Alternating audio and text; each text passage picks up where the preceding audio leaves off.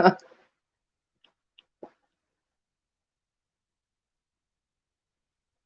let's just make sure that this is correct. I'm kind of like tuning in right now from another angle, coming to you live from still on this lockdown series. And of course, my name is MS.ABA, and I am tuning here in with you on High Radio. And this is actually the lockdown sessions. It's I'm super excited to be again. And one thing that I am also happy to announce is that we're almost going back to the studio. We got this, special announcement coming from us. Actually, we just have like a whole. We have this whole new place. Like we recently had our meeting, on things, and it's really, really cool to see that, High Radio is taking on new stages, and we're glad to announce that, the studio is going to have this new place, this new format where my colleague Gary is going to stream from, and who else is going to stream from? Um, Candy, who else is going to be on the show? We have our 3 shows coming back, and that is super, super cool. So welcome. It's a little bit past 8 p.m. Live from the city of Amsterdam. And from the city of Amsterdam, we're bringing to you today Women About Business.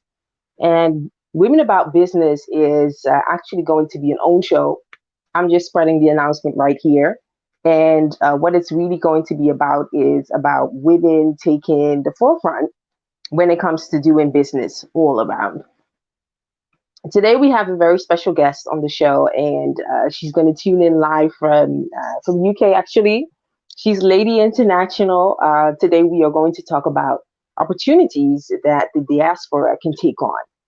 As they travel, as they decide to go and live back home in a motherland, as they decide to take on new opportunities. What's there? What is around?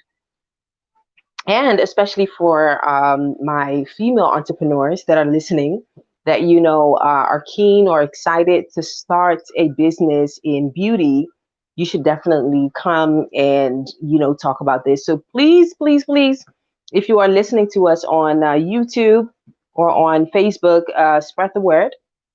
We will be talking about how to start your cosmetics business and do that really well, and taking on the whole market.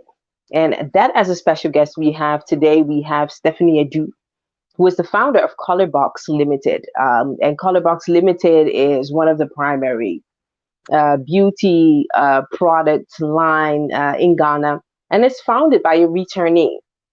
And that story is specifically interesting because we're going to find out why is it so interesting to be a returnee and start a business. What are the opportunities that are there? How come, for some people they make it, and some other people they don't make it? What are the ins and outs of that? What are the differences with that? And I am really, really keen to learn more about that. Anyway, this is Africa on Focus, and I promise to come back to you every Sunday. Every Sunday we talk to African people that are making an impact, that in some shape or form can inspire us everywhere that we go. And everywhere that we go, as in a sense of us being Africans in our communities, or us being Africans, on the continent, really ready to make impact. And I know this time around, a lot of people are for it. All hyped, after, what was it, Beyonce Black is King. More people are empowered to take on and celebrate their identity and all of that. But it's really a bit more of that. I really would like for people who are listening to understand, like, okay, hey, I have this idea in my mind.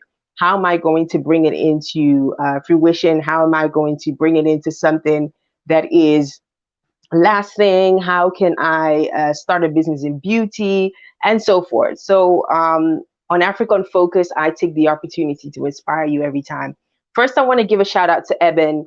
Eben, who is like the supporter. He's the one who arranged this special meeting to happen, and making sure that I have the most impactful and the most inspiring guest at hand. Evan, I'm gonna call you back. I missed that call. So sorry for that.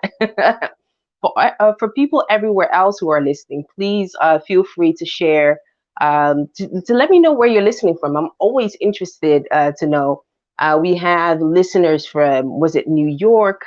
We have listeners from, where else was it? The other day, was it Jamaica? And I was like, what, Jamaica? And Malaysia. Those are like interesting places, and you're like, what? Are there Africans around? You know what I mean? Shout out to you, Eben, for really. I always tell him, actually, he is a low key women empowerment person. He's a perfect example of a male that just likes to see women being empowered in every sense. And that is something, that is a discussion I will really take on or bring to the show one day, is on how men could actually empower women in their respective fields, because that is also very important. And but anyway, that's totally off topic. What we are here for is, Africa on Focus, and I really want to take the opportunity to inspire everybody, every African that is listening, to take that step up, bring the bar, raise the bar high. Shout out to you, Kendi. Kendi, can wait to have your show back. Like, I feel so alone sometimes during this lockdown. As I said, because of the measures surrounding COVID-19, we had to close down the studio, and also, we were also moving to a different place. So, we just pretty much took some time out, and from that, I've been streaming live, and it's been such a lonely ride at the same time, because I just really want to be on air with my colleagues, but that will be coming back. So shout out to you, Kendi, for showing love from wherever in the world that you are, and also tuning into Africa on Focus. For all of you out there that haven't, given me a shout out on YouTube or whatever, please let me know where you're listening from. I would really like to hear, so that I can give you a shout out. Are there any birthdays? Listen, 2020, I think this year I'm just going to take extra time to like appreciate lives. You know what I mean? Because I feel that, aside from the pandemic this year, like, a lot of, I just see young people just leaving this earth so early. You know what I mean? And uh, that is even shocking on its own. But before that happened, I really want to celebrate people's lives more. So if you know somebody who has a birthday, please share their names and everything, so that I can give them a shout out. Because I would also like to, celebrate people more, and take the time out to give them a special high radio shout out. Let me just put it that way. Anyway, you're listening to Africa on Focus, and today is a special edition. My co-host, Kimberly Ofori, will be joining me in a bit, as we are diving more into the whole thing of women doing business, and whether that be as an entrepreneur in a creative industry, a sports industry. Shout out to you, Esther Dankwa, and Kendi, who says, I can't wait to be back. I am live from Kenya. Oof, you are doing great work, sis. Thank you so much.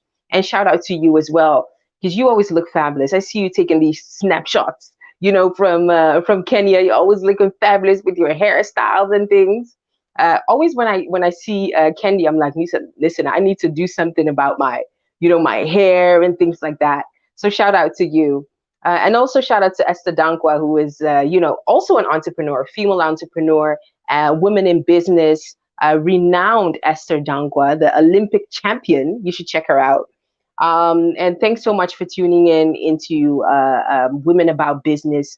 Women About Business is something that I started alongside Kimberly Ofori. She just connected with me, and I expressed my what I was doing with Africa on Focus, and she was like, you know what, and she was really focusing on women, empowering women in their respective fields, making sure they take out everything, as in a sense, using their full opportunity, to grow.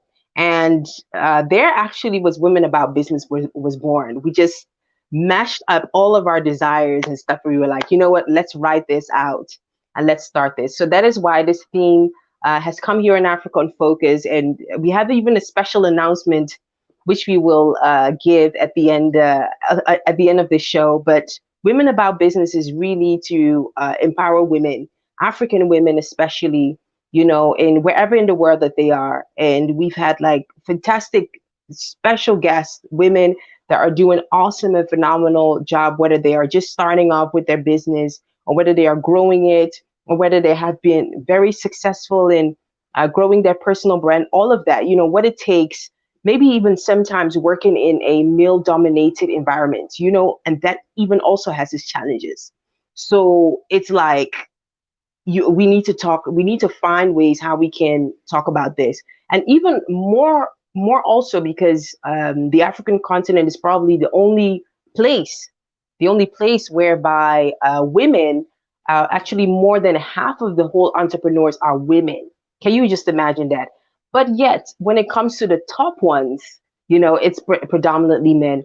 And not to like say that is wrong, not at all, but there is actually something that we could do to empower ourselves, you know, that could really help us to take that next step and really go hard and far and without being a threat to, you know, our men. So that is what we're really here for. So for all of you men that are listening, there are ways that you can empower, there are ways that you can share knowledge, definitely. But it's really about building. Shout out to Esther Dankwa who's saying, how are you doing? How are you doing? I've noticed that you have a new event coming up. I know I am super busy. Facheme. But let's meet up really soon. Anyway, this is Africa on Focus. We still have our show, Women About Business, our special segment where we talk on women about business. In the backhand, I see that my co-host is finally on. Let me just get her on front so that we get the conversation going. And in a bit, our special guest, Stephanie Edu, who is the CEO and founder of Colorbox Limited. I had like, even the small conversation I had with her on the phone was super cool. So I'm like really excited to bring this conversation to here. But let me first bring in Kimberly Ofori for where she's at. And let's get this conversation happening. Let me get her on. Hello, Kimberly. How are you? Girl, your braids are giving me life. I'm good. Thank you, thank you. And I like the bob as well. Is it that you like brought some color to it? Yes, please. Some I love life. it. I love it. Yeah, there's these like soft brown, I don't know, we say it in Dutch, kastanje brown, you know, Yeah. highlights to it. I love it. It looks really good. How have you been? How was your Sunday? Yeah, my Sunday has been quite intense. I had a lot of catching up to do in terms of home errands and things like that. But we're here. Yeah, yeah, How about you? yeah. It's been it's I took the time to really sleep because my week actually had been a lot. Right, So I really took the time out to rest and to plan a few things because I know I will have a busy week ahead of me. So right. aside from morning service, church, and then I went on back to, you know, planning for my week and finishing some things. I'm always up to something, I know you're such a busy woman. That's why you're just getting like things you. done. That's how you're getting things done, right? So Yeah, that's true. That's very much so. Very, very much so. And but it's good. It's good to see you. We have like we have a special guest today. absolutely, Obviously, I'm excited. yeah, yeah, absolutely. And I know that, you know, with your expertise and stuff, you can like ask all of the good questions that are going to get the info that we need, basically. Yeah, I'm just really keen uh, to find out more about her story and about the brand. I'm such a yeah, fan of just how brands can grow and the stories behind it because I think, everybody can have a yeah, product, it's not a big deal. yeah, But how do yeah, you create a successful brand, right? And especially yeah, when you're crossing borders and in a market or in a space that would seem to be very yeah, saturated. I just find really exciting to see people actually doing their thing and making something happen still and doing it well and being African. Okay, I'm done. Exactly. Yeah. Yeah. And one of the things I really liked when I briefly talked to her, she was like, because she came to a point where she had to consider, am I going to focus on it? And she was like, this is a business is actually, it's making money on its own. So I was like, wow, if you can get to that point where it's making money on its own, yes, show me your magic. Come on. I love it. So, I think our audience is going to learn a lot from this, and I think this is just another example of exactly why we started this show, right? Which is just about sharing journeys and experiences and helping other people get there. Yeah, exactly. On point with that. Absolutely. And for those of you who just tuned in, welcome to Women About Business with myself alongside Kimberly Ofori, where we dive into the world of women owning their business. I think it's pretty much that's all we can say about that. Shout out to Kristalina Ajamain, who just tuned in. If you can, if you will, if you're listening to us on Facebook, feel free to repost, reshare in whatever women entrepreneur groups and whatever, so that people could have a taste of this. But without further ado, let me just introduce our special guest who we have here on the show. She is British-born Ghanaian and the founder and chief executive of the award-winning beauty brand Colorbox Cosmetics Ltd. She moved to Ghana in 2014 to establish the affordable luxury brand, which focuses on catering to the beauty needs of modern yet often undeserved women of color. Her passion and experience within the beauty industry spans across 14 years. With vast experience, including numerous client-facing roles, developing efficient operational, logistics, and head-sparing innovative marketing strategies. That and among so much more, I'm sure she's going to share with us more about that and how she did it. Let's welcome Stephanie Adu to this. And if you can't comment, just say welcome in the comment box. Let's do that. Hey, Stephanie, how are you? Hi, girls. I'm fine. How are you girls doing? Very well. Very well. You're looking all glammed. It's like, representing the Colorbox. It's all over the screen. Yes. That's what we're here for. So glad that you're here. Thank you for joining us today. For having me. Absolutely.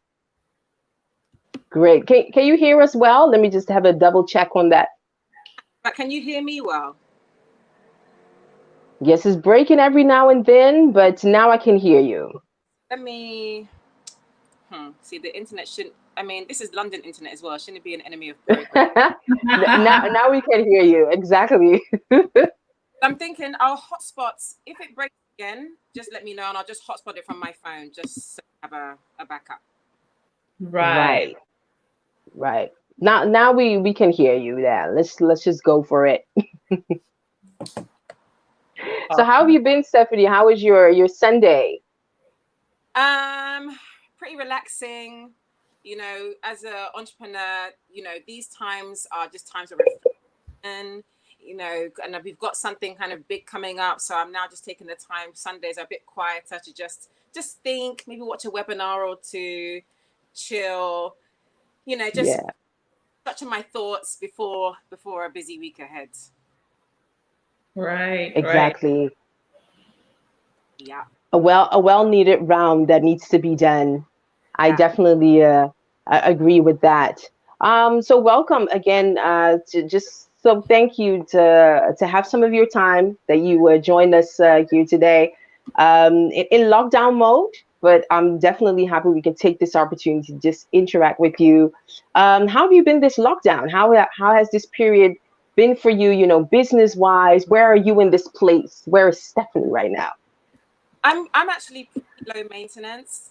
I feel like if you've lived in Ghana before by yourself, you're not a stranger feeling sometimes isolated or not lonely but alone. So you kind of build I'm not too sure, but you build like a bubble around yourself where you know to manage your emotions. So it's not really been too different from, you know, as I would say, like perhaps me being in Ghana for a prolonged period of time, if I'm really focused or really busy and I'm just like doing my thing. So I've really kind of low maintenance. I mean, I'm here in London with my husband. This is the longest time me and my husband have spent together. So that has been more interesting rather than, you know, whole quarantine period. I've been pretty low maintenance so far. So yeah, not all bad. Not all bad. I love that. So, so we have obviously a bunch of questions for you, and we're gonna try to compress this in like 40 minutes, right? And try to get like the good. So apologies for getting straight to the point with you today. But please, can you tell us just in like a brief kind of recap what you have been doing for the past decade or so and how you got here? So after completing university in biomedical sciences, I then went into the financial industry to work in Canary Wharf for an investment bank. I was there for a few years, but then I caught the entrepreneurial bug a little bit. That industry kind of opens your eyes and your imagination to what is possible outside of a 9-to-5, you know. So I've always loved cosmetics, selling it all the way through uni. I just loved the option it gives women. I loved how it lets women empower themselves if they choose. So it was one of those things that I said, if I'm going to do this, I'm going to go into cosmetics. So I took some time and I thought, the UK is quite saturated. And I thought you'd need a lot of money to make some impact, you know, if you're going to start a business here. So I then went, after a few conversations, I then went to Ghana to do some research to see if this was viable, if this was something that possible, you know, possible and actually like a feasible, not a hobby, but an actual business. And after I concluded that it was, and then I jumped right in with my own money, a few products, and I've been trying to grow the brand aggressively ever since. Amazing. Wow. So I love the transition. It's like, and for most of the women that we have had on the show thus far, it's always been kind of a very conscious decision at some point. So something led to something else. So you had that bug, but then the conscious decision to kind of, you know, decide, look, am I going to do this as a side hustle, or is this going to be my business? And am I going to go hard, right? Am I going to make this into something big? So what was it for you that triggered you to say, you know what, I am going to do this full time and I'm going to make this as big as it can be? So the industry was going, a financial crisis, obviously in the sector was really quite, even though I was more of a junior role, so I was fairly safe. I understood very clearly that the sector or the role that I was in was shrinking and being by machines. And I was also not married, young enough, and had, you know, small money to try something. So it was like a window of opportunity. If I'm going to do it, it's going to be now. Yeah. You know? And I just said, you know what, let me just try. If at any case, 2 years, it doesn't work out, I have no problem coming back here, finding a job, starting again. Like those things don't really phase me in that sense. But it's just like, you have one life. There's a window. Let's just see. Let's just try and go for it. Right. And it's funny because we could easily skip over this because I think we're all here at this kind of round circle. We have that mentality, but there are so many women out there who feel as though it could be the end of the world and so you have this mentality of, you know, I need to figure my stuff out first. Let me, you know, try safe. There has to be something from the journeys that I've heard thus far, there's something that either shaped you to become the way that you are now in terms of how you think of risk and how you see risk and what you consider to be a risk in the first place. And also that pushes you to and drives you to get to push further and get something done. So would you, if you're looking back, are there certain events or things that you recognize in yourself, maybe in your characteristic, that you would say have contributed to you thinking the way that you think and actually getting out there and doing what you're doing? I mean, I attribute a bit of that to, again, banking. You quickly realize that in this big role where people are getting paid a lot of money, you know, like nobody really knows. Yeah. Like your market, the market, he knows the market. Yeah. Yeah. It's a beautiful combination of knowledge and luck. So Yeah. in that case, you understand that, wow, like really nothing ever certain. You can never assume anything. So it shapes your mindset in that way a little bit, to be just open, to just be open at the fact of, you know, things may go wrong. You can try your best to just, you know, correct it and just, you know, move on. Other than that, I mean, I don't think there was anything other than surrounding myself with people in that industry, I think, and just living in it day to day. I think for me was the catalyst, because, you know, all of my family are very stable jobs, 9 to 5, Yeah. you know, that kind of thing. And they would have loved for me to be a dentist. That was the thing. They would have loved for me to be a dentist. But Right. just then, after studying pharmacology, I knew that this science gig was not for me. And Yeah. lab, I'm, you know, no, this is not. I'm not going to do another 5 years of school to be a dentist. Right. No. Yeah. But at the same time, I knew he's successful, and you know, and I was like, you know, there's an opportunity here. I'd never heard about how people can get into finance and banking. I'd never heard about, you know, what it takes to get in there, what sort of person is in there. So it was just an opportunity with an organization that sponsors ethnic minorities that are doing well at school to just open the door and just say, you know what, the world is big. The world is really big. Open up your eyes and see, you know, the possibilities that are before you. Right. Yeah. Love that. Yeah. I love. So one thing that I'm wondering is how were you able to kind of calculate your steps ahead? Because you even mentioned that you did a form of research before you started off. And one of the things that I know from my line of work with working with returnees, their business and things, one of the weak points is people not having a good, you know, as in terms of a research before they really get things started. How were you able to calculate that and really manage your steps well to make this to the success that it is? So, you know, the understanding of like knowledge plus a little bit of luck. But I'm a Christian, right? So I will replace luck with faith. So, but Sure. and a little bit of faith. But in the essence of your move to Ghana cannot solely, there's an emotional aspect to it, but it can't solely be emotional. That same Right. energy that you have if you were moving to Africa, if you were moving to China, that same research or that you prepare yourself is the same thing you need to do if you're moving to any country. I don't care if you've been there every summer like I did. I don't care if you've been Right. up there as a child. Things have Yeah. changed. It is not the same. So you need to have that same level of preparation research that goes into that. So I think, and I see it all the time. It's a very emotional move. I'm not happy here. You think you're going to be happy over there all the time if you move there? No. It comes from here. It does come from here. The environment helps, but it's all really about here. Yeah. So you can't just so, you know, I'm telling you, 100%, people would understand. Maybe I just like Ghana as a holiday. So maybe I'm just gonna like really enjoy Ghana as a holiday, and that's not a bad thing. It doesn't necessarily have to move. And then, but other people would be like, you know what? This is actually where I want to have my impact, and I'm willing to take everything that comes with it.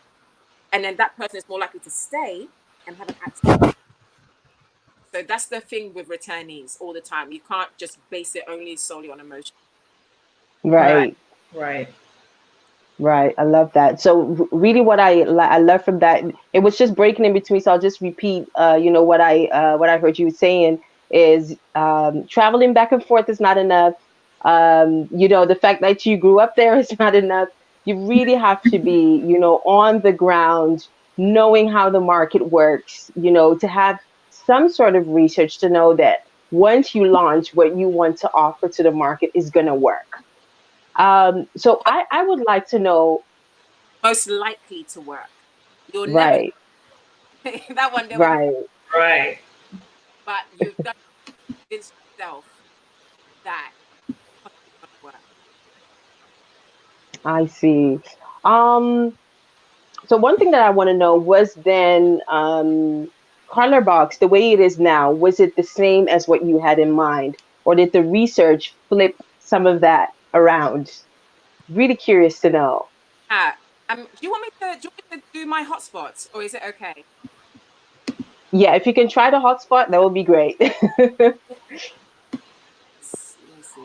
So for those of you who just tuned in, welcome everybody to Women About Business. And this is one of the special segments on High Radio, actually, where we dive into the world of women who are actually doing business, making impact, creating jobs, or even, leading their particular industries, and happen to be African or Black, just African. And with myself and Kimberly Ofori, we get to talk about many aspects of their work. How did they start off? How were they able to manage such an impactful business? What were some of the challenges and at the same time the highlights of their career that has brought them thus far? And this is definitely a conversation that is interesting for our ladies in the industry of beauty, who are looking to start their own brand somewhere ahead in the future. But even, for those that would like to start their business in another field in business and could really use the experience of Stephanie that she is sharing within their entrepreneurial journey. So if you are listening, make sure that you spread the word. Those of you listening on Facebook, you could reshare. Resharing is free. On YouTube, those of you who are listening on YouTube, also shout out to you. And for everybody that is listening on the High Radio platform, shout out to you. Make sure that you drop your comments and your questions because leading towards the ending of this conversation, I will take the time out to answer some of your questions. Welcome back, Stephanie. Yeah, I think it's gonna be better now. So Yeah, let's just go for it. I'm trusting the hotspot right now. So let's get what was the question? Yeah, so the bit was was Colorbox as it is now the same as which you started before that research? Because we know that research could sometimes flip your whole concept around. Where's the differences? How did that go? Tell us a bit about that. So I mean, every returnee comes with naivety so you'll think that there's nothing there. What you're gonna bring is gonna revolutionize, or it's gonna take off. But when you go there and you realize actually there are women there, they are wearing makeup. So you need to figure out, okay, so where are they buying the makeup? What makeup are they buying? How is that business model structured?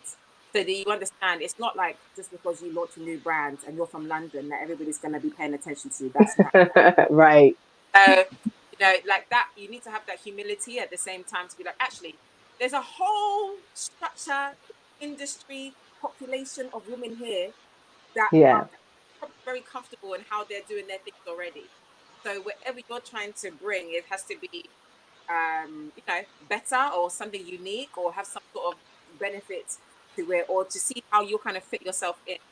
So I initially actually had an investor to back me to launch a foreign brand in Ghana. And the logic behind that was to learn basically just from a foreign brand before I launched my own. Right. Right. Now, the investor fell through. And that story is incredibly common. My story is Yeah. not uncommon. It's No. so that something will go wrong. But I was still, because I've done the research of going around to the actual makeup stores, finding every makeup store I could find just to ask questions, going around to different brands, asking women, like doing all of that research. I really concluded that there was actually a space in the market for a particular affordable luxury sector because you Right. had the Makola, China, poor quality, and then you had, Right. Mac or people that brought in brands from outside, and that still does happen, but it's obviously priced more because they have to buy it at the original price, ship it in, and then make a profit. So I just figured, what, there's really like a bracket there. Now, because of my own funds, I had to choose only 3 products, and they were based on tools, so application tools. Something that was very common to us maybe over here, beauty blenders, and common, not common over there, just over there, but were really hard, or there wasn't like the best quality. So I just chose like Yeah. three products and started to kind of advertise and build from those products. And then from then on, been growing, because if you're really going to launch an actual like cosmetic brand, my belief is that if you're going to do foundations, concealers, powders, you need to come like Fenty Beauty. Don't become like, that's hard. Like, that's hard. You need to come with a bang and be like, Yeah. So the logic was makeup tools. I partner with people. I build a brand, raise capital, and go into other. Mm-hmm. Right. I think what I recognize is really funny. In 2016, I made a similar transition. So I was working as a wealth management advisor. I was looking for something different to do. At the same time, there was this whole kind of boom of um, hair extensions being purchased online versus in the stores, right? And so I remember very well that firstly, I was thinking there's so much money to be made, but at the same time, there's so much competition. And then secondly, the thing was, I thought that I was special because I had built 2 brands before, so I was gonna hack it, right? So I came in with this brand. I came with this brand overly confident, and I was like, yeah, and I'm gonna ship this hair, and I'm just gonna, go premium pricing because, well, I know what I'm doing, and I know I'm gonna give people premium customer service. So I felt like it was justified based on things that nobody was going to know until they purchased, right? So all of these things about the quality of the hair, about the customer service, all of that doesn't matter. If you think that you're the bomb.com, like, nobody cares. They're just trying to find out, can I relate to your brand? Are you speaking to my needs in your messaging communication? So it took me about 6 months to find out that, you're not that special, one. And secondly, you didn't do your research on your target audience. And thirdly, you haven't chosen who you are trying to reach, right? Yeah. So I kind of had to go back to the drawing board and look at, okay, who are the type of people that I can reach with what I'm trying to do. And so I saw in that space, like you said, there were the premium hair, suppliers that were shipping from the States or directly from Vietnam or wherever it was coming from. And then you had the Chinese AliExpress hair that was just being resold. And so I was trying to be in the middle of that, making sure that the hair was premium enough, but affordable. And so I went in and I looked at, okay, what are these other brands not doing? And so I saw that there was a lot of things that were not going on in terms of educating what you could do with your hair, having all of these kind of accessories, hair care products, but also things like simple things like your packaging, like not just shipping it in a plastic bag, right? But making sure that it's an experience, and having these conversations with women about, why do you wear the kind of hair that you wear? How do you feel about, when you're like you're wearing your curls today, they're popping, you've locked something in, like, how did you make that happen? It's not just about, oh, what type of hair is it? Because I have been there where people tell me, oh, I bought this brand, and you buy it and it doesn't look the same. Like, I'm disappointed. And so I remember very well.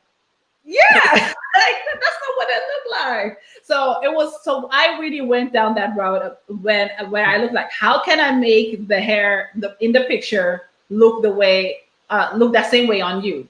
And so this is something that that worked for me. Then the brand started exploding because people were like, wow, you know, it's not just the hair. Yeah, buy this hair and then watch this video. Like that's how, or watch the tutorial or call her, you know. And so that's how I hacked that market. It was very labor intensive, probably wasn't scalable for the long run, but it did get me the initial kind of buzz around it. And then people just started to assume that, okay, this is something that I can work with. And then, you know, you get that going. But I think we often at times forget how much time it takes for you to educate your market, especially when you're, you know, we just, like you said, there's so many assumptions after we think we've eliminated the assumptions.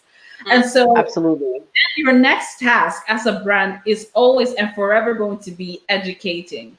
Don't think because you posted once that this is, you know, what your product stands for, that people are magically going to remember and go back to your first page from 2016 about when you posted it.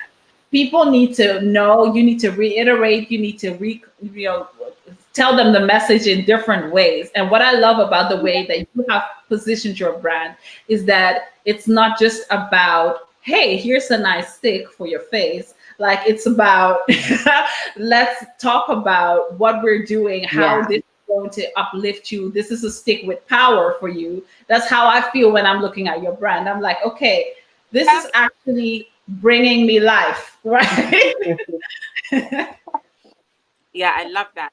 So yeah, it's definitely, and I think like you can go into it thinking, because this is my first business, my first brand, I'm very clear on what I want it to look like, because I have like almost like an example, or I know innately when I see it, I know that's what I want. Yeah. And you're just trying to constantly work towards it, but you don't know all the answers. You don't know the right route to take. You don't know how to get there. And you're just kind of figuring it out. But just as you said, the education is such a huge part. And that's something that I, for the rest of 2020, is really trying to put as much research into as possible to figure out what does my lady want, what do they want, and how can I give it to them? You know, because in the most effective way, because that's content is very capital and time like consuming and extensive. So like it needs to be, and it's a constant ongoing thing. Constantly as you're growing. But yeah, education is definitely something. And just you just again, you need the humility to feel like, okay, right, I didn't do this well. Okay, so let me go back. But you, as you said, like you don't like give up. You're like, okay, right, I've got the goods now. I need to figure out what I'm going to do. Right. Yeah. Many people would be like, you know what, I'm out. I tried. Exactly.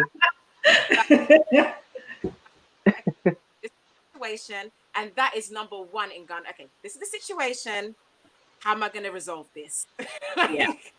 But again, I feel as though this has, and I keep saying this, you can have entrepreneurial skills that are going to make sure that you have that conversation with yourself. And so there are a lot of people who go into it and they may be commercially minded, they may have a kick for business, but that entrepreneurial skill that comes in the form of either perseverance, persistence, or thinking out of the box, or really, you know, just putting your head down and saying, well, this didn't go as planned. Let's try again. Pick yourself up and try again. That is something I feel, yes, you can learn, but it also needs to be part of kind of who you are. It needs like a fundamental backbone. Yes. When you fall, you know that's going to be there innately in you to pick you up. Absolutely. You need to have something to tap into. Right. Like if you get used to somebody else being like that for you, when that person's not there, it's not not going to be pretty.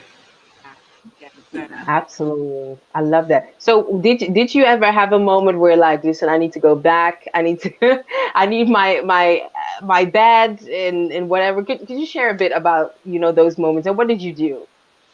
I mean, I'm very honest. Like guys, I'm going to be very honest, okay? So Please. I was there for I think 2 years straight without coming back. For someone like myself who likes convenience and likes comforts, that is not a good idea. So I understood very quickly that I need to be going back and forth for my creative campus, for the way I see the world, and just for renewed Mm-hmm. energy to come back and to pour out what I've just. So I understood very, very. There's been many times I'm like, what?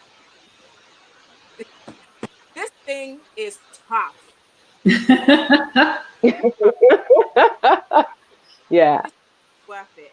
And if you do not have those conversations at part of your journey, I don't believe.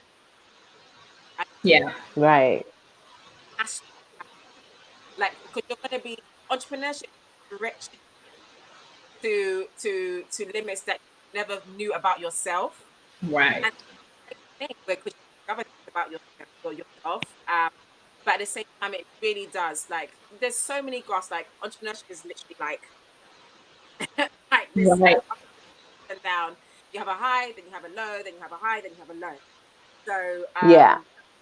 many moments. But I think the biggest moment, which is very drastic, was I had a very bad car accident in Ghana. Mm. Ooh. Realized that Ghana,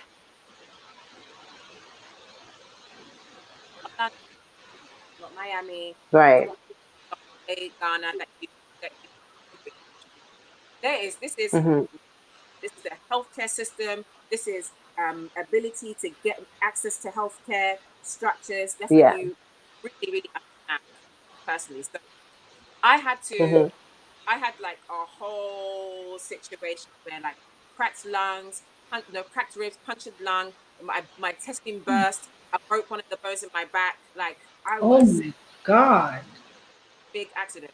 And my mum had to flew down. My then boyfriend, now husband, flew down and was like, right, we need to get you out here. Because 3 weeks there, I had some not nice experiences in the hospital. Mm. They were like, right. So I flew back there. I had to it took me about a year and a half to recover fully. I had to learn how to walk again on crutches. I had to learn how to eat again. I had to learn how to do everything. Oh, But Wow. wow. but through all of that, right? This is how I know that Colorbox was meant. After a year and a half, I still came back to a functioning business, and Wow. that is Wow. damn near impossible. Like so. I was thinking, do you know what? There's a combination of things. There. Maybe I've done some things right, but it's obviously a clear sign that I'm doing what I'm supposed to be doing. Mm. And I would have still been in Ghana hustling, doing what I need to do to drive the brand. So it wasn't because of the brand that I had to. It was because of this. So after evaluating, that was one of those moments where you're really like, you know what? Could I sell this to somebody? Like, do I really want to? But then you really, like, the bottom line is, you've been out of the country for over a year and a half, and it's still making money. Like, huh? So Yeah. Yeah. I clear sign. Let me figure out how I can build from this. And of course, Right. was a fraction of when I was there, but it was still making money. So, and still had the support of the distributors, still had everything in place. So that was definitely like the toughest moment. But there's been other ones, like after an event where I've been so frustrated, where I don't think it's gone as well as I wanted it to be. But the feedback has then been awesome, and been like, that was great, Stephanie. That was great, Colorbox. And I'm like, okay, you know, clearly my standards of what I wanna do are like really, really up there. But Yeah. there was a combination, but it's constant doing that. Right, right. It's so amazing to hear this part of the story as well, because I think again, it does show so much about you as a person and as It does. a business owner. Um, Yeah. Resilience is one thing. I think coming out of that, it could have pushed you and you could have said, you know what, I've had my adventure and this is good. And now let's go back to a safer place. Not just because it could have happened anywhere. It's not about it happening in Ghana, but I think the whole idea and the combination Yeah. of things and circumstances could have pushed you and say, and people would have given you a pat on the back and say, well done, you've had a good run, right? So Yeah. I feel that, you know, this it's such an important conversation to have and something to share, that, you know, in as much as it doesn't define you if you're going to choose to step away from the entrepreneurship game. But I do think that it translates into your brand, just exactly the kind of person that you are. And that's what I'm trying to say. So, well, thank you so much for sharing that very personal experience. That must have been something else, life-changing. Is a testimony, because you know that saying where they say, you know, thank God you don't look like what you've been through. Like, Right. Yeah, this is one of them. One of them where and amazed, like every single day. I still got my battle scars, but I'm just like, wow, like I am Yeah. literally a miracle, and it's something that I actually share. This is not something that you can apply to No. yourself. Yeah. So you know, this is one of those situations where I'm really hoping that it will encourage someone, you know, that may be going through something, to step away also from the emotion, but look at like what you built. Is it still running? Is it still worth it? To look at all Hmm. sides of argument.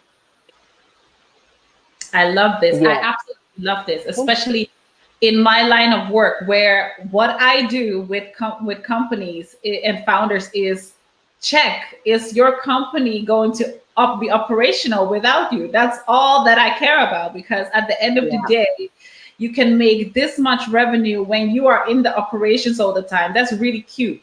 But when you step out, what happens? So, and Yeah. that is when you know whether or not you have built a sustainable business or not. And of course, revenue is going to jump back, but it's all Yeah. about, you know, what is breaking when you're not around. And if those things can be fixed, are easily fixable, then you're on the right track. So I think that it's been really remarkable to hear your story, that after a year and a half, this was still making money, which brings me to my question right now. So your business, do you have staff? Do you have, how do your operations look like as of today? Good question. Yeah. And how did you, at what stage was it when you realized, when you had your accident and you realized, wait, this is still making money? Yeah. Yeah. Okay, so the staffing one, I feel like if we were to solve that situation in Ghana, where there is a viable youthful population that have critical thinking and are ready to work, the country will develop so much quicker. And that is happening. That is changing. However, after going through a high staff turnover, and sometimes it's still happening, you come to understand that it starts from an educational level. It's nothing personal. It's nothing. It's just the educational level, in terms of it's just one thing: critical thinking. Just one thing, which is not taught in schools. It's not. So when you Right. think for themselves independently, actually question something, because you're not taught to question it at all. No.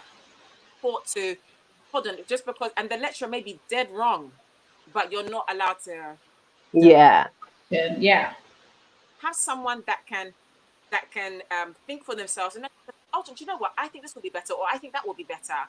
You know, or you try to, and it's very hard to teach as well. It's very hard to teach um at when someone's already 21, 22. Yeah. You know, that I think is something that is probably the main factor about why people have issues with staffing. On top of one other thing, in most emerging countries, Ghana included, there is very little consequence to anything. If you steal, if you borrow, if whatever, there is little. So it's almost seen as really OTT to take that staff member who has stolen, drop them off at the police station, and let their parents come and pick them up. That is OTT. But I've come to understand that being a young woman in Ghana, there is a hierarchy when it comes to respect, unfortunately. Old man, old woman, young man, young woman, right? Wow. Yeah. I need Facts. to always come with a little bit more vim to show you there's a check, there's a line that shouldn't be crossed. And Right. cross that line, I am absolutely going to fulfill all the things that you think are not necessary to do. So, Mm. like, because and then my staff know it. I absolutely love them. And there may be one chance where I'll give them just one chance, but I don't leave any room for margin with them. I'm always expecting the best for them, but they know if you've been with me for 7 years or you've been with me for 2 months, if I catch you stealing, me and you are gonna have a very nice afternoon at the police station. Your mother or your father or your auntie is going to come pick you up, and we're gonna start to have a conversation. That is that is but that is what I feel like doing, because there's no consequence. Someone come and beg, someone just come and just disappear. The policeman will even tell you, "Oh, why are you worrying? She just stole like makeup brush. Like, wait, what is your problem?" Wow. And like there's no, if things are so chill there, it's not like, oh, I'm gonna take it to court. Where? Who's going to court, please? No one's going to court. The court system, if you have time and money to waste, that's where you're gonna go. I'm gonna take someone Right. to, so I need to have other like deterrents in place that will show you that I'm gonna love you, but at the same time, Colorbox is my child, and if you abuse my child, there's gonna be consequences. And that's the metaphor that Yeah. I give. Yeah. So that staffing is a constant. It's a constant. So lay out for us how and thank you for sharing that. I think I don't want to go too deep into this because that's probably another talk that we need to That's have. part two. Entirely different conversation. But so how big is your team? How did you get to the stage where you are now? Could you Yeah. just share a little bit on that? My team now are 3 permanent members. I'm about to hire a virtual assistant to the team. And then I also have 4 part-time that come to do like maybe activations, or if there's some extra work on the side, they will come into the office. Right. How I found them is that either I've been studying you for a long while, or I've seen you, I've observed you, or you've been with me. So usually like there's maybe one person that's the anchor. You still go hard on them, but that person knows your heart in the sense that this is a good person. So Yeah. I'm Right. I don't, and then that person will spread their energy onto the new people coming onto the team. Yeah. So, but that's simply it. Like 3 permanent, I'm hiring 1, and 4 part-time. Right. And did you have staff at the time that you were at the time of your accident and you were recovering? So I had 1 permanent and 1 backup Right. 1 backup time. So I knew that business was going to scale down eventually, and the business wasn't that big. It wasn't 10 members that much at that time anyway. Yeah. And they knew me by then, so I had real systems in place, checks and balances to make sure that I can figure out what's going on, and they know I'm going to check. Like I'm not going to check. I'm going to check. So there's that are going to act as safety nets. Yeah. But help is that the girl at the time was staying in a section, like an outdoor section of my house. Mm. She had more to lose than just an average person that would take over the business. Right. So Right. they a precaution. But yeah, there was potentially one, but if she perhaps maybe got sick, or maybe for some wild reason she's not gonna work or whatever, then there was always a backup person or to Yeah. support. Okay, great. Yeah. So So okay, that shows that it's doable. Yeah. it is. And so kudos on that growth. I don't know if there are a lot of Absolutely. people listening today that understand how difficult it is to transition from being a solo entrepreneur to actually having staff that you're responsible for, but are also that you're giving responsibility to. So that is a huge transition, not only because it's responsibility, it's also it could feel like an extra weight. Oh yeah. Okay, Am I doing the right thing, handing this out to these people? What if, what if, what if? But also there are mistakes that you're now accountable for that you may have not made. And so are you going to look at it from, you have to step aside and, stay professional, but also look at the business, professional side of things and the business side of things. And okay, have you built that into your margins? There are so many different things that you now have to consider. And also you're responsible for some people's family paycheck. And so that is also a responsibility that you have to bear. So it's a huge transition. So can you tell us a little bit more about where you see Colorbox going? What is that? I know you're not going to share with us your grand vision, but give us a little bit of the vision. What can we look out for? Because next month, yes, we're in August now.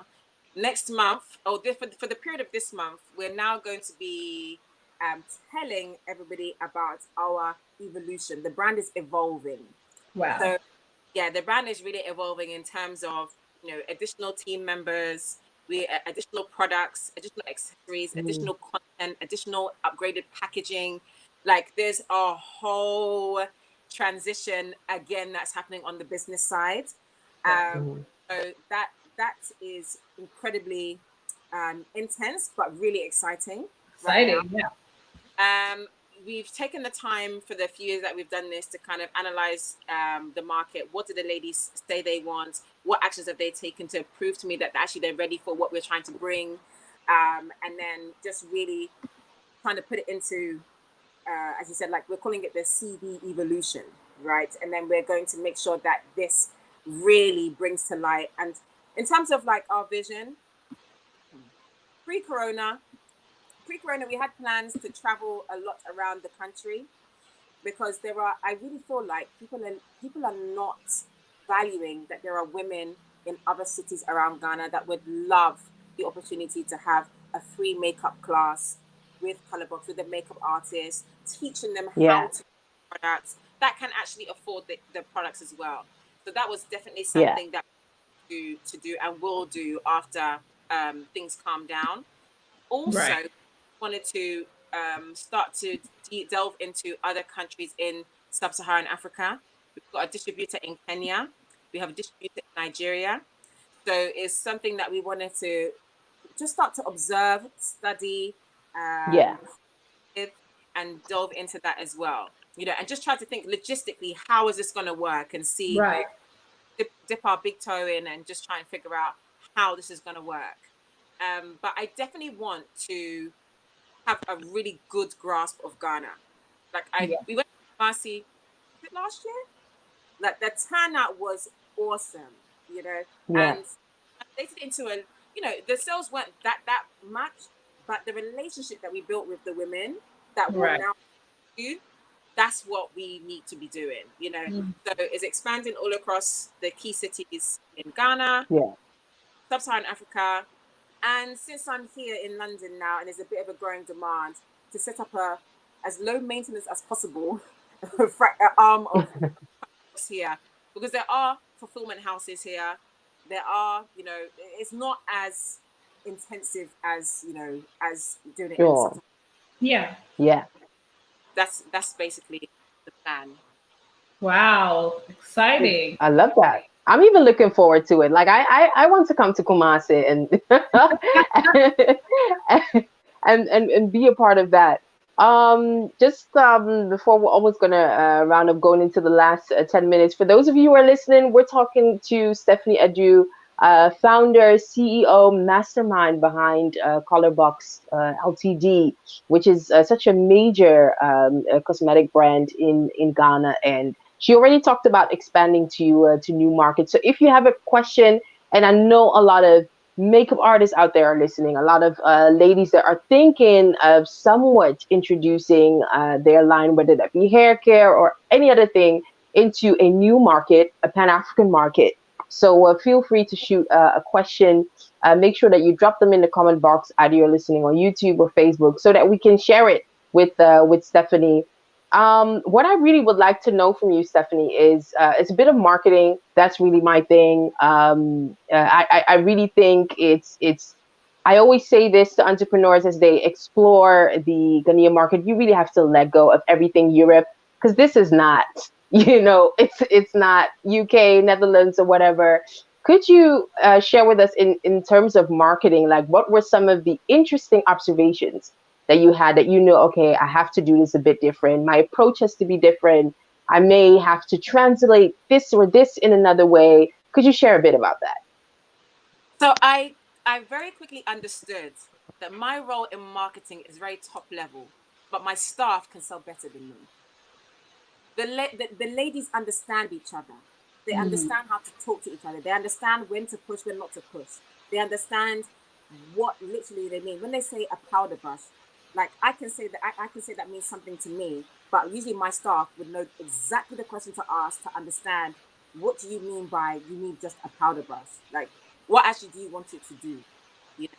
So I Yeah. understood my marketing is very top level, more social media, more representation. They want to feel close to me. I'm more than happy to get close to them so they understand like I'm real, I'm here, and I actually care. But when it comes to like grassroots, some of my girls can actually sell much better than me because it's literally that terms of marketing. So that's something I really understood. And other than that, like I used to watch a lot of local TV because TV is not going to Right. help the women. Hmm. And the level of makeup that they have, the level of makeup that they like. What do they appreciate about certain types of makeup? Who are they watching? Who are they looking up to? If my mind can not empathize but understand, then I know again how to market, or I know how to hype a particular thing, or it puts me in a better position. Because one of my worst nightmares is for me to think that that for me to feel disconnected from the lady that I'm trying to serve. So I try to really like understand like who are they? Where can I find them? How how do I communicate with them? And then I try my best with my team. I always ask for my team for their input and see how I can figure it out. Yeah, Wow. I love that you said that you're using your staff, especially for that kind of connection, and also mentioning the fact that some of them are better sellers as you, because that's what you want. That's the position where you want to be in, right? Because you're not going to be the one in the store. So they better be better than you at selling in the first place. But also, you need that kind of, especially when it comes to branding, when I don't believe there are any products that really speak for themselves or sell themselves, but there are some things that you're just going to grab regardless of the brand, right? It's going to sell. And I think in your case, it's so important to, like you said, understand what is the question behind the question, who is asking, why, at what time, all of these things. So I love that you're actually aware and conscious of why you have made that decision. So in terms of like the messaging, and we're talking about speaking to Ghanaian women in particular, I feel as though a lot of brands have missed an opportunity to really speak to Ghanaian women where they are, or African women where they are, and just go like, all of you are going to want us because we're an international brand, right? Is this an approach that you take differently? And if so, how do you do that? And how does it work out for you? arrogant. Like, but I understand why you would think that coming in, because that's how it's natural to think that you come from London, which has everything. You're going to a new market that maybe has some limited resources, so you think automatically 1+1 must equal 2. You know better, or you know what they would need. But Yeah. when you understand that there's a whole structure, you understand that it's quite arrogant, but it's innocent arrogant. So you have to understand. You have to be like the biggest sellers. They're the marketing that they are doing is so grassroots. The billboard ladies do not have highlights and contour. Like what appealing to the masses is not what appeals to you. So you have to really understand, okay, so maybe they don't have highlights and contour. Maybe they've heard about it. Maybe they want to know about it. So now it's your role to kind of like edge them up to the next level. But it's not it's just again the humility aspect of it. I understood Yeah. very clearly that there's a lot of brands. They don't look like they're there for show. They don't look like they're Right. getting I see football. I don't see buzz. I don't see hype. I don't see women talking about it. I don't hear women talking about it. So, so those are the things that I know is gonna impact my business. Like, I need a buzz. Yeah. Football. I need people to repost. I need people to feel proud to post the stuff. Right. Yeah. So that is kind of the approach. But it's just more of a case of when you understand, you don't know, don't assume any. You're just coming into the Yeah. new market, don't know nothing. You're learning from scratch, and learn.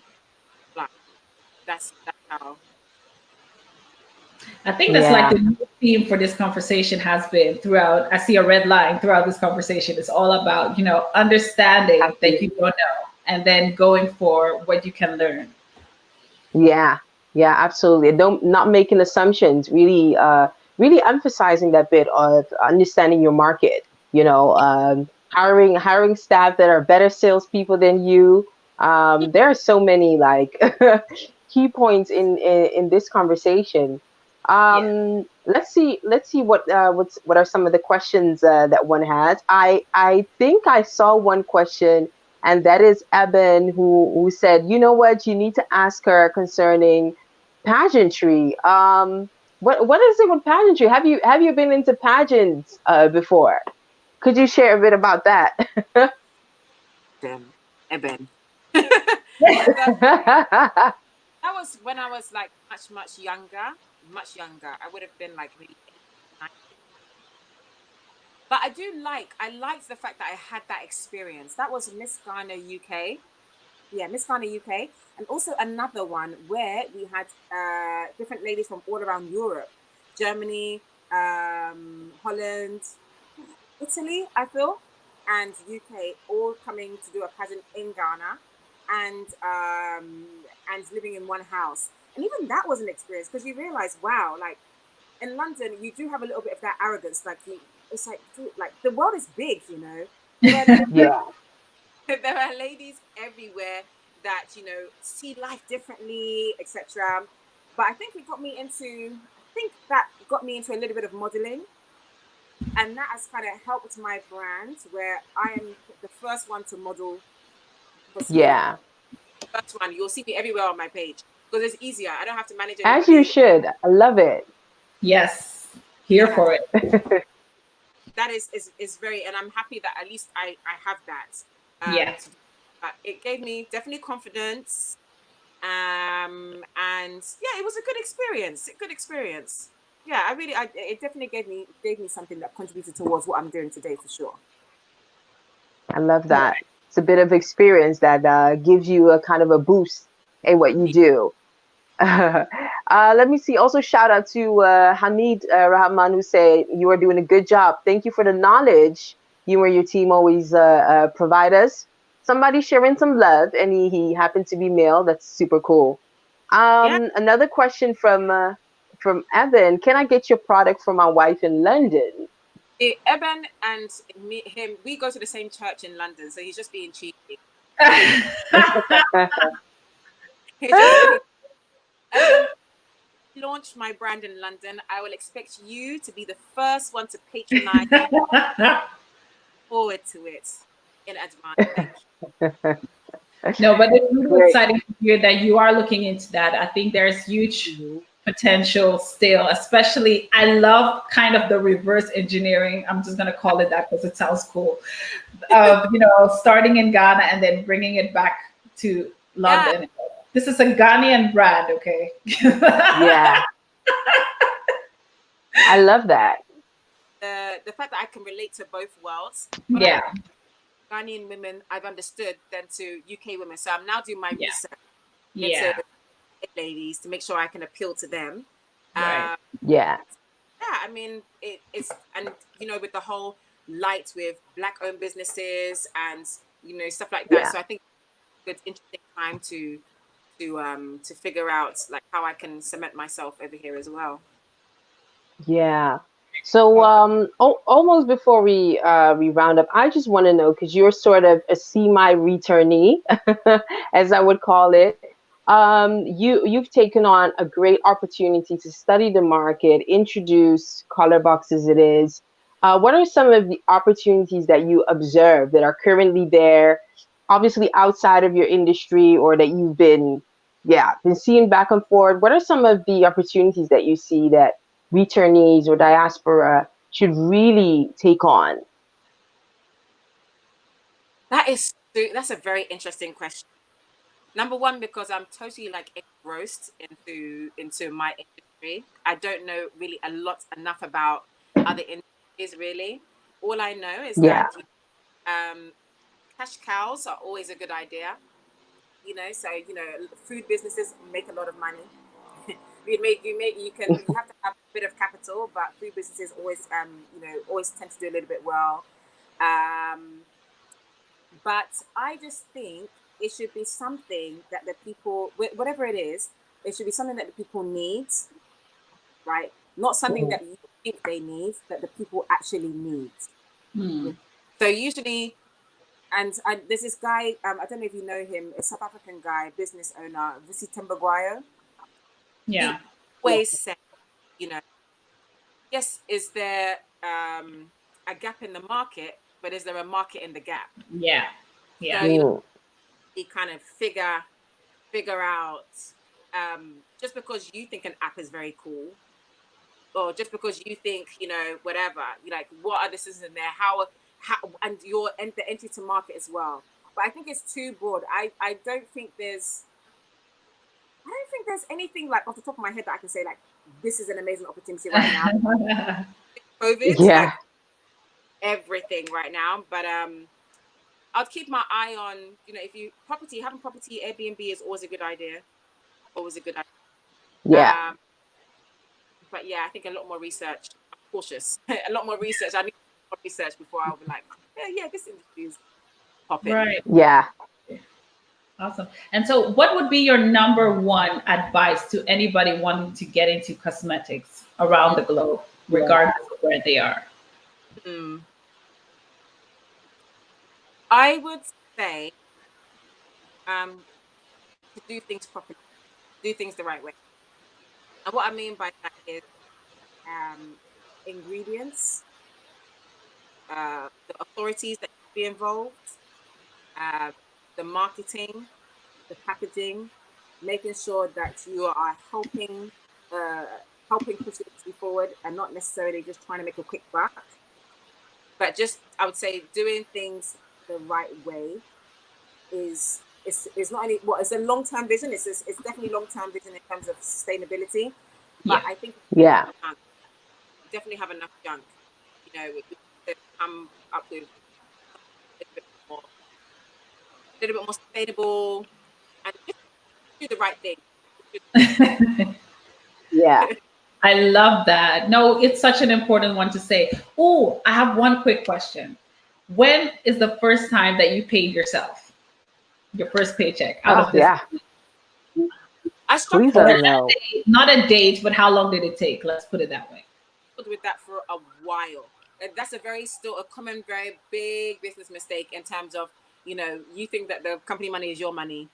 No, it's not. Yeah. Not. Especially with miscellaneous costs in Ghana that come out of nowhere. So there's but I think it was probably after like 3 years.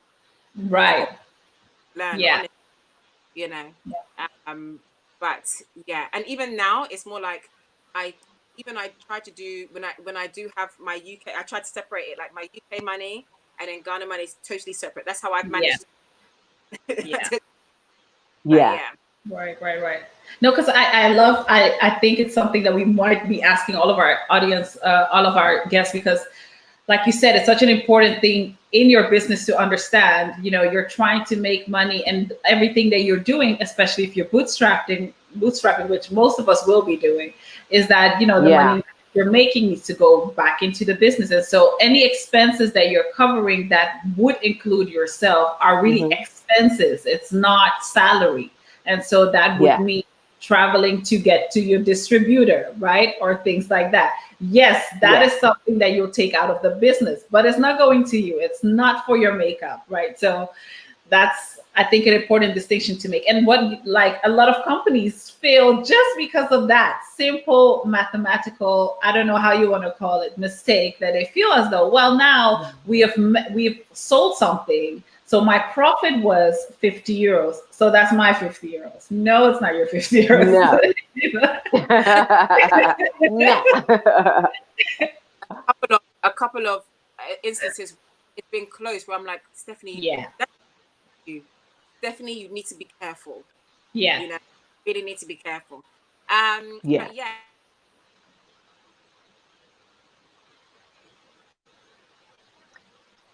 And I think it's Stephanie will be right back. For those of you, oh, now you're back. Okay. 95% of the time, the money's gonna come from you. Yeah. Like 95%. So don't think anybody's, no one's here to fund anybody's dream. That's Come on not now. how the world is. So, you know, like, you need for yourself first, backed by your own money and your own grit. And if you're lucky enough to get somebody, you know, then that's fantastic. But it really is your own sweat, tears, and cash that has to start the pilot study to test if it's going to work or not. Yeah. I love Thank you so much that. for that, Stephanie. Appreciate the insights and the lessons learned. Dropped so many gems. I know a lot of women and men have learned a lot when it comes to business, you know, when it comes to perseverance, when it comes to having an idea, the concept, and actually executing on it, writing it out, taking the kind of the big and long haul, looking at, you know, the bigger picture, not thinking that you're going to, you know, have a quick success, but understanding that if you're going for it, you're going for it all the way. But also, what does it really require to get to where you are? Because we see all the glitter and glamour, and now you're all over the internet and you're big and you're huge. But what took you there has been a lot of effort, blood, sweat, and tears. And so thank you so much for sharing a little bit about that journey and helping everybody who was listening online, who was listening on the radio. Thank you so much for that, Stephanie. We appreciate it. It's been a pleasure. Absolutely. And really giving us a raw view of what it takes to be an entrepreneur. What that accident, gosh, I'm still thinking about it. That must have been rough, you know, coming back from that. And gosh, It's like nothing is promised. That's true. You know? So you just have to go for it. Like, just have to go for it. Like, in the end of the day, nobody outside of yourself cares as much as you will do. So don't be thinking anybody's going to validate you or anything like that. Like, that really does need to come from yourself, and you just need to go for it. Life goes on. Nobody's going to die. Go for it. If you fail, you pick yourself up, but just go for it. Just go for it. On that note, could you share with our listeners where they can find you online? How could they get in touch? How could they follow you? Where is that at? So this is a really exciting time. So if anybody does want to follow the brand journey, or just to see more of me, or just to learn more about makeup application and Colorbox the brand, I would say that Instagram and Facebook are going to be the best platforms, especially as we transform over the next month. So Instagram is at Colorbox Cosmetics, but the Colorbox is spelled without the U. So that's at COLORBOX Cosmetics, all one word. And same for Facebook. And we'll be launching our website at hopefully at the end of the month as well. Still the same, www.colorboxcosmetics.com. Yeah, I'm sharing that on the timeline. So for all of you who are looking for it, you can find it on the Convo on Facebook. And I know you're also kind of low key on your personal profile, so I won't even ask for your personal Instagram page. This for me, it's not pleasure, it's business. So like, it takes a lot to go to my personal and do personal things, but I will be all day on sharing everything. Like, if there's some exciting things going on. I love it. Well, thank you very much, Stephanie. Thank you so much for sharing your story. We'll be keeping an eye on you. Obviously, everywhere you go, we'll be looking forward to that brand expansion as you know, with or without the going down of the COVID craziness? Oh, Auntie Rona is not going to stop us from having success. So we need to try. It. Thank you so much, Stephanie. Well, thank you so much, Stephanie. Have a great evening, and we'll keep in touch. Bye, ladies. Bye. Bye. All right. Well, Kimberly, here we are again. Our another guest where we have such a good conversation, and I think that this was definitely a story that gave us a raw touch of what entrepreneurship really means. Absolutely. And embarking on a whole new market.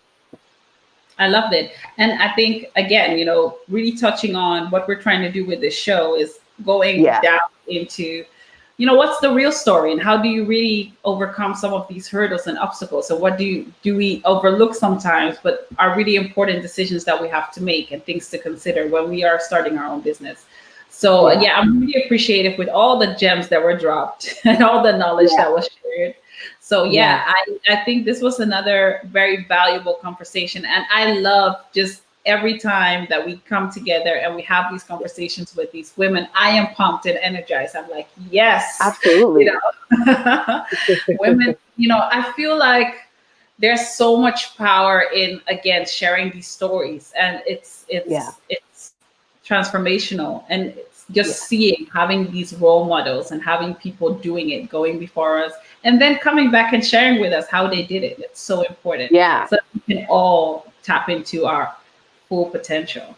Yeah, very, very much so. Very much so. It reminds me of a sermon I listened to today by our Reverend. He said, you know what, God will always put what you are looking for in somebody else.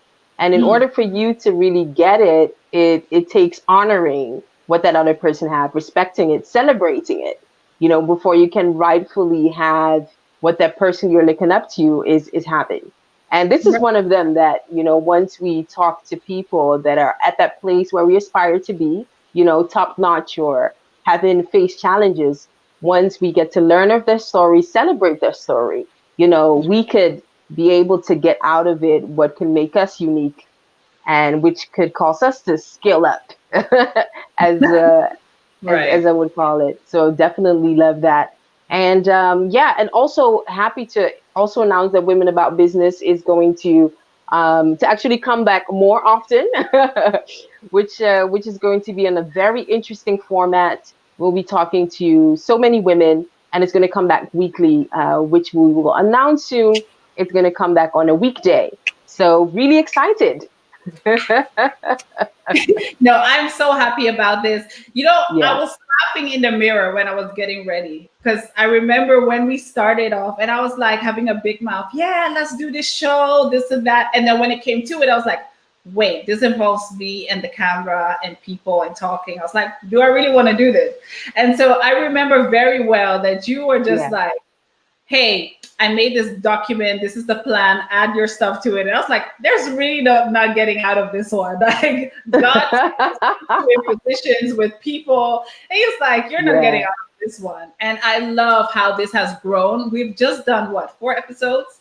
And something like that, yeah. I feel as though it's been already such a journey, and with the women that we've spoken and the outreach that we've had and the response, just really, you know, it was inevitable for this to become something that we have to ramp up and make it weekly, because there are so many more women out there that we need to speak to. You can't possibly do that if it's only once a month. So I'm super excited that we're actually wrapping this up and getting more women to speak out and share their stories.